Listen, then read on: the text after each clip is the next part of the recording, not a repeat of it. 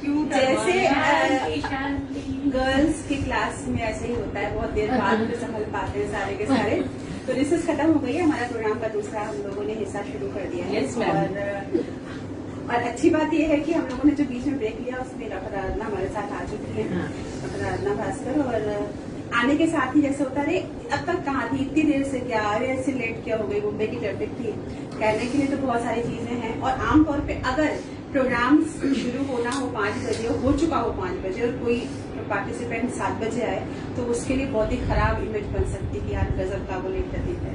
लेकिन अगर आपको ये मालूम चले कि वो एक डॉक्टर है जो ओपीडी से सीधा आ रहा है और कोकिलाबेन हॉस्पिटल में ओटी से आ रहे हैं, ओपीडी ओपीडी और वहाँ पे मरीजों को देखते हुए, और जब कोविड-19 के दौर में हम लोगों ने डॉक्टर के महत्व को बड़ा समझा, उनकी मेहनत को समझा। जब हम सब अपने को बचाने में लगे थे तो वो ही थे जो फ्रंट पे थे। तो हमारे प्रोग्राम में डॉक्टर आराधना है, तो हम सारे डॉक्टर्स की तरफ की के लिए थैंक यू जो है वो उनको दे रहे हैं अपनी तरफ से। और साथ ही साथ ये भी है कि जीवन के कितने रंग हैं। कुछ देर पहले मरीजों के साथ ही एक ऐसे हॉस्पिटल में थी जहाँ पे रहना अपने आप में जिंदगी मौत को बराबर से सामने देखने के बराबर है। और फिर कुछ देर बाद वो कविता की गोष्ठी में मरीजों के पास है। हाँ और श्री उत्सव का जो अभी समापन अभी होगा इस वर्ष के लिए हमारा, उसमें कवि के रूप में मौजूद है। मैं उनको आमंत्रित कर रही हूँ, डॉक्टर आराधना, जिनकी एक किताब पब्लिश हो चुकी है, उनके हाथ में भी है। और डॉक्टर होते हुए भी कविताएं लिखना, अपनी जिंदगी को और करीब से समझते हुए कुछ लिखना, तो मैं उनको आमंत्रित कर रही हूँ। डॉक्टर आराधना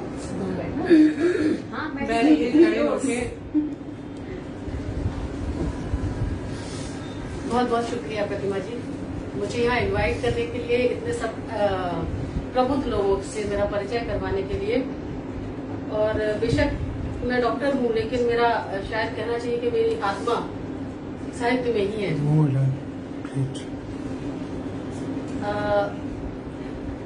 आज करीब 2 साल के बाद मुझे अवसर मिला है कि मैं अपना लिखा हुआ कुछ पढ़ के सुना सकूं। ये कविता का शीर्षक है स्त्री और अग्नि। इसके बारे में एक छोटी सी भूमिका है। मेरी एक मित्र हैं रवीना वर्मा जी, वो बहुत अच्छी आर्टिस्ट हैं, पेंटिंग्स बहुत अच्छी करती हैं। उन्होंने एक पेंटिंग बनाई थी, उस पेंटिंग को उन्होंने मेरे पास भेजा। जब वो बना ही रही थी, सिर्फ उसकी रूपरेखा खींची थी, थोड़ा उसका कॉन्सेप्ट समझाया था। उन्होंने कहा मैं चाहती हूँ कि इस पर आप कुछ लिखो। तो ये मेरी कविता उस पेंटिंग पर आधारित है। पंचतत्व से बना पुरुष, पंचतत्व से बनी स्त्री, पर एक अनोखा संबंध है स्त्री का सबसे प्रचंड तत्व अग्नि से। अनादिकाल से आज तक दोनों बंधी है एक अबूझ कड़ी से।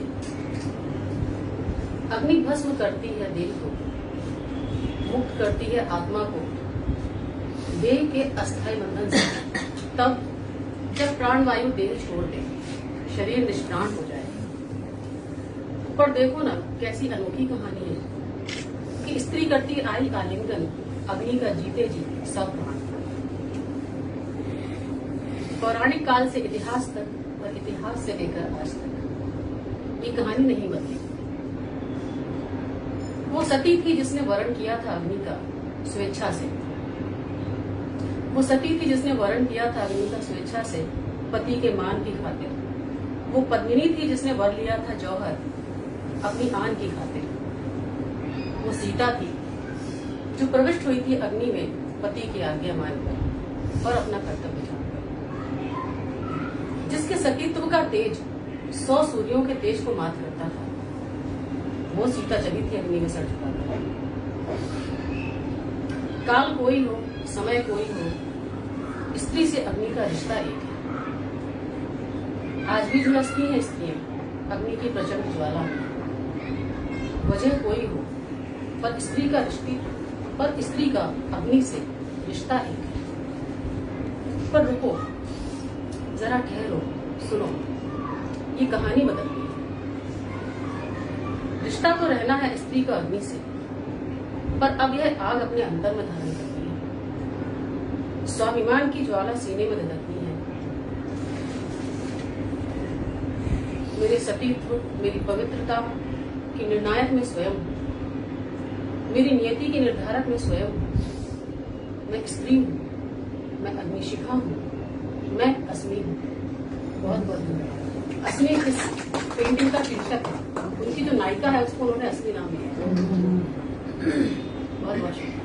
और पढ़ो नहीं? और एक और हाँ, एक और। ये अगली ही है, नेक्स्ट कविता ही है, नेक्स्ट पेज पे। लड़कियां डराती हैं। आपको पता है लड़कियां डराती हैं। आप कहेंगे मजाक है ये। कमजोर शरीर और मन से नाजुक, हर बंधन चुपचाप स्वीकार कर लेने वाली, परंपरा के नाम पर हर अन्याय सर झुका के सह जाने वाली, घर की इज्जत के नाम पे अपनी हर ख्वाहिश, हर इच्छा का गला घोंटने वाली, बड़ी आसानी से काबू में आने वाली है कौन लड़कियों की। भला किसी को कैसे डरा सकती है? पर मैं सच कहती हूँ, मैं सच कहती हूँ, मैंने देखी है लड़कियों से डरने वाले लोग। जो आपको भी देखने हो तो जाओ, जाकर बैठो किसी लेबर रूम के बाहर और देखो कि लड़की के होने की खबर सुनकर किस कदर डरते हैं। एक और हमें आपका वीडियो बनाना है।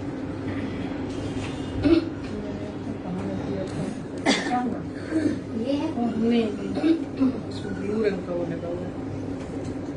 होगा कि हम हिंदुस्तानी औरतें, हम सामने हिंदुस्तानी औरतें बड़ी हैरत से देखती हैं इन विदेशी औरतों को। समंदर किनारे नाम मात्र के कपड़ों में दुनिया जहान से बेखबर, धूप सेकती हुई या बेफिक्री के साथ किसी किताब में डूबी हुई। नहीं फर्क पड़ता इन्हें कि कौन इन्हें हसरत भरी निगाहों से देखता हुआ गुजर गया, कौन इन्हें हसरत भरी निगाहों से देखता हुआ गुजर गया, या कौन चुपचाप कैद कर रहा है उन्हें अपने कैद में। बहुत सही। आजाद सी है ये जिस्म की बंदिश से, जीती है अपनी जिंदगी उसी आजादी के साथ जैसे कि मर्द जीते हैं। और हम हिंदुस्तानी औरतें नहीं गड़ी हैं हमारे जिस्म पर। कोई हमारे पहनावे से, हमारे संस्कारों पर शक तो नहीं कर रहा। हमारा आचरण कभी उन्मुख नहीं होता, इस डर से कि कहीं कोई कुछ गलत न समझ बैठे। समंदर का किनारा तो छोड़ो, हम अपने घर में नहीं पसंद सकते यूं ही कभी आराम कुर्सी पर। सही है। कि कहीं कोई टोक ना दे कि घर की जिम्मेदारियों से बेफिक्र ऐसे कैसे बैठे हैं हम, यूं ही वक्त जाया करते हैं। सच तो ये है कि ऐसे ही बड़ी होती हैं हम हिंदुस्तानी औरतें कि कहीं कोई उंगली ना उठा दे हम पर। हमें चलना है बस जमाने के हिसाब से, अपनी हर मर्जी, हर इच्छा का गला घोंटना। हमें अच्छा कहलाना है दुनिया की निगाहों में। मगर देखो, इसके बावजूद नहीं बचती हैं दुनिया की बुरी निगाहों से। आए दिन कोई ना कोई हिंदुस्तानी औरत शिकार हो ही जाती है किसी की बदनीयती का। अपने अच्छे चाल चलन, अपनी झुकी निगाहों और पूरी तरह अपने जिस्म की कैद में रहने के बावजूद काश हम सीख पाते जीना इन विदेशी औरतों से। बहुत